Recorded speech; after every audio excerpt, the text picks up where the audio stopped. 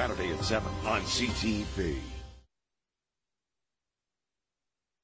It's something when people believe you're a brand, not a person, but I promise you, Wolf Blass is a real person. And in fact, Natalie McLean, who you'll be meeting in a short while, who's a celebrated wine writer who's Ottawa-based, said that no marketing department could have imagined you. You were that colorful.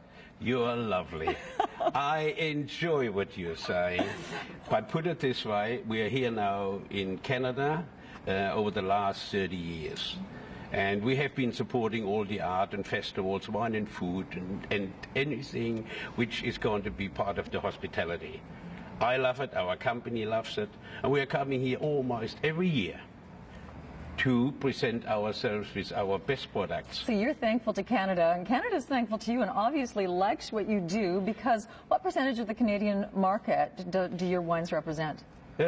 Probably we were very lucky because we were the first ones to come here, and I was guest speaking and presenting myself, and probably the Liquor Control Executive Commission people, they couldn't probably half understand when I was talking to them. So they let things go to allow us to come in with these particular products. And I really must say that my personality has probably been part of having a good acceptance by the people who are responsible to accept our products. Well, your personality certainly is legendary. So many elements of your life have been, you say you are all about wine, women, and song. Yeah, I've given up singing, but I must say that when I won one of the major awards in Melbourne, the Jimmy Watts Trophy, I got on the microphone and I was in front of 600 people.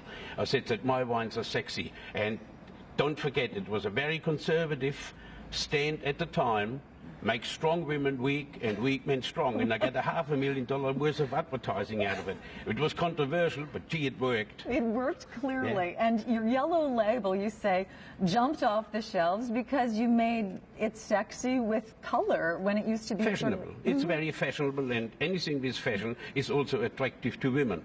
So the women are very important in my life as far as what the product is concerned, also in my private life.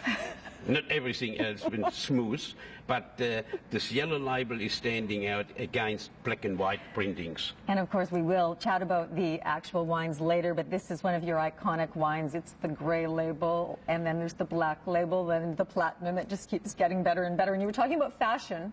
I would be remiss if I didn't mention, because it's the title of your book with a subtitle, Behind the Bow Tie. I understand you have hundreds of those. I got hundreds of them. The ones which I don't wear, I'm put on a bottle, put in a wine auction for charity purpose. But this bow tie, this look, really had practical beginnings, just sort of like your story. I mean, you had...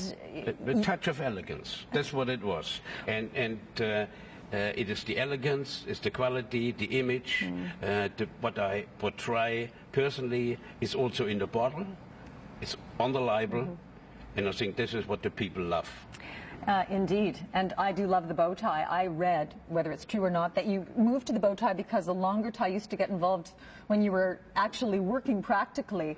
It was just dangling around, and I just didn't like it. Let's talk about how this all began for you, because your mother had suggested you get involved in agriculture because you would then never be hungry, and you knew hunger as a young boy. You have to look at my vintage, 1934. War was part of it. There was no commerce, no industry in Germany, so I had to relieve the pressure on my family. They put me on a big wine farm, food and a bed and work. That was the commencement in viticulture as far as I'm concerned.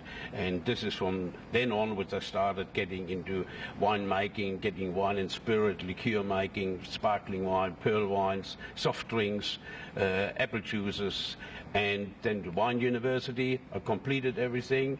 Then Germany wasn't big enough. I moved on.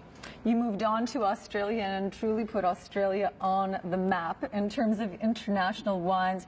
You know, you are so interesting that Natalie McLean actually, as I said, started her book writing about you. When we come back, we are going to talk to Natalie, talk about your wines. Come on in, Natalie.